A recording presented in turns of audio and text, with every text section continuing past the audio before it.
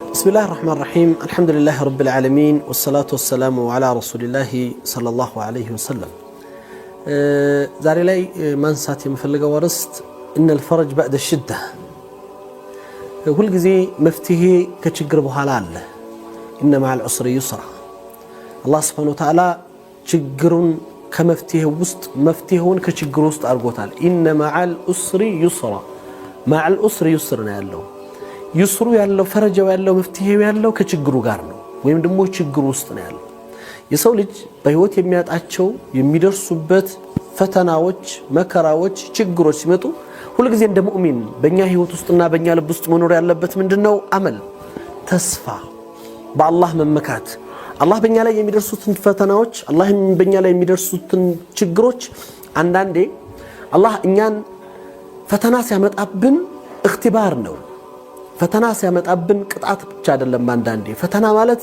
የኛን ኢማን የኛን ጥንካሬ መለኪያ ነው አላህ ለዚህ ነው ኢማም ሐሰን አልበስሪ ረህመቱላህ ዐለይሂ ወለነብሉወነኩም ቢሸይ የሚለውን የቁርአን አያት ሲቀሩ ነብሉወነኩም ቢሸይ በነገራቶች እንፈትናችኋለን እንሞክራችኋለን ሲል በጣም ያለቅሱ ነበር ያ ረቢ እንበለውተና ፈضحተና ጌታችን ሆይ አንተ ከሞከርከንና ከፈተንከን እኮ ተጋለጥን አይባችን ወጣ የሰው ልጅ የፈለገ አማኝ ቢሆን የፈለገ ትልቅ ቢሆን ውስጡ ላይ ሁሉ ጊዜ ያለ ስሜት አለ እንደ ሰውነት የሚወጣው እንደ ሰውነት የሚያመልጠው እንደ ሰውነት የሚሳሳተው በጣም ብዙ ነገሮች አሉ ፈዳህ አለው ሊጋለጥበት የሚችልበት ነገር አለ አላህ Subhanahu Wa Ta'ala ሱትርን ይወዳል ሱትር ያደርጋል ከፈረጅ ከችግር በኋላ መፍትሄ አለ በየነቢያቶችን ታሪክ ማየት ለዚህ በቂ ነው እነ ዩኑስ ኢብኑ መታ አለይሂ ሰላም እንግዲህ በሁት ውስጥ አላህ በቁርአን ላይ እንዳወሳው ታሪክ በሶስት ጨለማ ውስጥ አልፈዋል አይደል በአሳ ነባሪ ሆድ ውስጥ ገብተው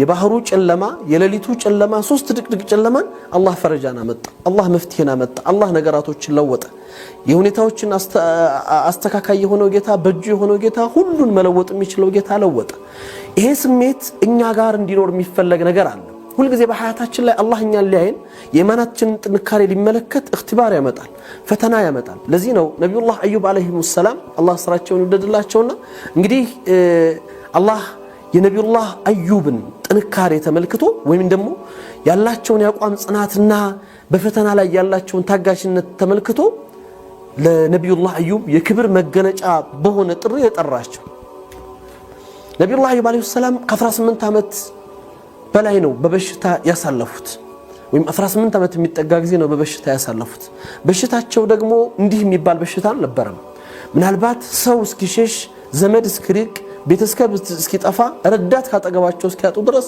አንድ ሚስታቸው ብቻ ራሷን ለሳቸው ፊዳ አድርጋ የመጣባቸውን ፈተና ልትቋቋም አጠገባቸው የቆመች አንዲት ሚስታቸው ሷሊህ ሴት ብቻ ነበረች ያቺ ሴት ራሷን አሳልፋ ሰጣ ሰው ቤት ተቀጥራ ሰርታ የነብዩላህ አዩብ አለይሂ ሰላምን የህይወትን መስመር ለማስተካከልና ፈተናቸውን ለመጋራት ዋጋ የከፈለች ሴት ናት አኺር ላይ ግን ነገሩ ከሷም ማቀም በላይ ሆነ ሰዎች የነብዩላህ አዩብን ሚስት እሳቸው ጋር ለማቆየት ፈቃደኞች አይደሉም በሽታው ሊተላለፍ የሚችል በሽታው ያደገ የሚመጣ ሊሆን ስለሚችል እኛ ጋር መስራት አትችልም ማለት ያን ጊዜ ነበር የነብዩላህ አዩብ ሚስት የመጨረሻ ማድረግ የምትችለውን አድርጋ ከዚህ በኋላ ከኔ አቅም በላይ ነውና ጌታህን ለምን አለቻቸው ነብዩላህ አዩብ አለይሂ ሰላም ምን ነበር ያሉት አላህ ስራቸውን እንደላቸውና ኢኒ استحي من ربي ጌታዬን አፍረዋለሁ ጌታዬን ለምን አፍረዋለሁ አሉ አላህ Subhanahu Wa Ta'ala ከ80 ዓመት በላይ እኔን በጤንነት አኑረኝ እችን 18 ዓመት በበሽታ አኑረኝ እንደው እሱ በጤንነትና በበሽታ ያወርኩት ጊዜ እኩል ሳይሆን አላህ መለመን ፈራሁ አፈርኩ አሉ ረዲየላሁ ዐንሁ አስቡት ያ ኢኽዋን ያንድ ቀን እዳ ያንድ ቀን ችግር ያንድ ቀን ፈተና በእኛ ህይወት ውስጥ ምን ያህል ከባድ እንደሆነ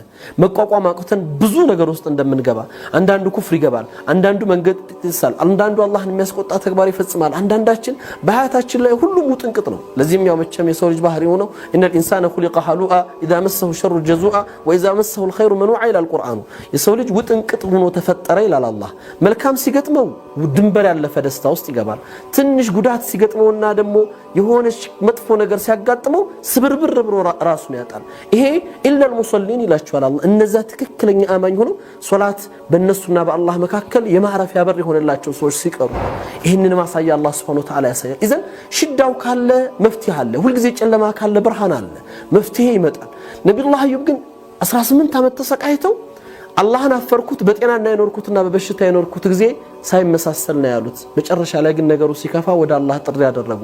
የጠሩትም ጥሪ ግልጽና የማያሻማ ቃል ነው የተናገሩት። አላህን ሲለምኑት እንደኛ ሸክዋ ክስ አይደለም ያቀረቡት። ያ ረቢ ኢኒ መሰኒ የዱር ወአንተ አርሐሙ ራሒሚን፣ ወይም በሌላ አያት ላይ ኢኒ መሰኒ ሸይጣን ወአንተ አርሐሙ ራሒሚን፣ ጌታዬ እኔ ትንሽ መጥፎ ነገር ገጥሞኛል ወይም ደግሞ ሸይጣን አግኝቶኛል፣ አላህንስ አድነኝ ነው አሽረኝ ነው ወይስ ይሄን አድርግልኝ ነው አይደለም ያሉት። ወአንተ አርሐሙ ራሒሚን፣ እዝነትህ ሰፊ የሆነ ጌታ፣ ምህረትህ እዝነትህ በጣም ስፋትና ወደር የሌለው ጌታ እዝነትህን ምህረትህን ለኔ ልቀቅልኝ አሉ። አድነኝ ምናምን አይደለም፣ ማድረግ ያለብህን አንተ ታውቃለህ። አላህ መድኃኒት ከውጭ አላመጣላቸው፣ ዶክተር አይደለም የጠራላቸው። እርኩድ ብሪጅልክ ነው ያላቸው። በእግርህ መታው መሬቱን ከስር የሚወጣው ውሃ ያንተ መድኃኒት ነው ብሎ አላቸው። ያ ለ18 ዓመት የተሰቃየ ማንነቱ የተለወጠ ነብይ በዛቸው በታጠቡበት ውሃ ሽፋኡ መጣ፣ የጠፋው ተተካ፣ ያጡትን ተካስ። አላህ Subhanahu Wa Ta'ala 14 ልጅ ወስዶባቸው ነበር፣ 28 ልጅ አድርጎ ሰጣቸው። የጠፋውን ሀብታቸውን እጥፍ አድርጎ ተካላቸው። فوجدناه صابرا نعم العبد فهو أواب አላቸው። ታጋሽ ሆነ ነብይ ሆኖ አገኘነው። ምንኛ ያማረ ምንኛ የተዋበና ተመላሽ ሆነ ነብይ ነው ይላቸዋል አላህ Subhanahu Wa Ta'ala። ለጌታቸው ባላቸው ታዛዥነት ከችግሮች በኋላ መፍትሄ እንዳላምነው አላህን በመያዛቸው አላህ Subhanahu Wa Ta'ala እጥፍ ድርብ አድርጎ ተካላቸው። ህይወታችን ላይ የሚደርሱት ችግሮች ሁሉ ለውጥ ይመጣባቸዋል።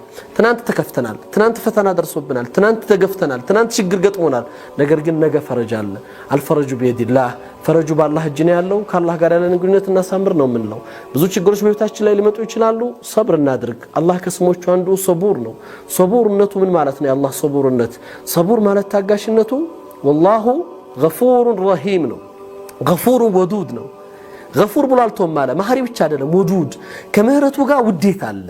አላህ ለቅጣት ባጠፋነው ቅጣት የማይቸኩል ጌታ ስለሆነ በእኛ ጥፋት የሚመጣው ኢቃብ ሩቅ ነው። እኛ ግን ለመመለስ ዝግጁ እንሁን። አላህን ለመቅረብና ከሱ ምህረትን ለመፈለግ ቅርብ እንሁን። አላህ ምህረቱ ሰፊ ነው፣ እዝነቱ ብርቱ ነው። የሱ እዝነት ሁሉን የሚያማክልና የሚሞላ ነውና አላህ Subhanahu Wa Ta'ala ችግሮቻችንን መፍትሄ ያጣነውን የሚተካበት ጊዜ ሩቅ ስላልሆነ ወደሱ እንመለስ ነው የምለው።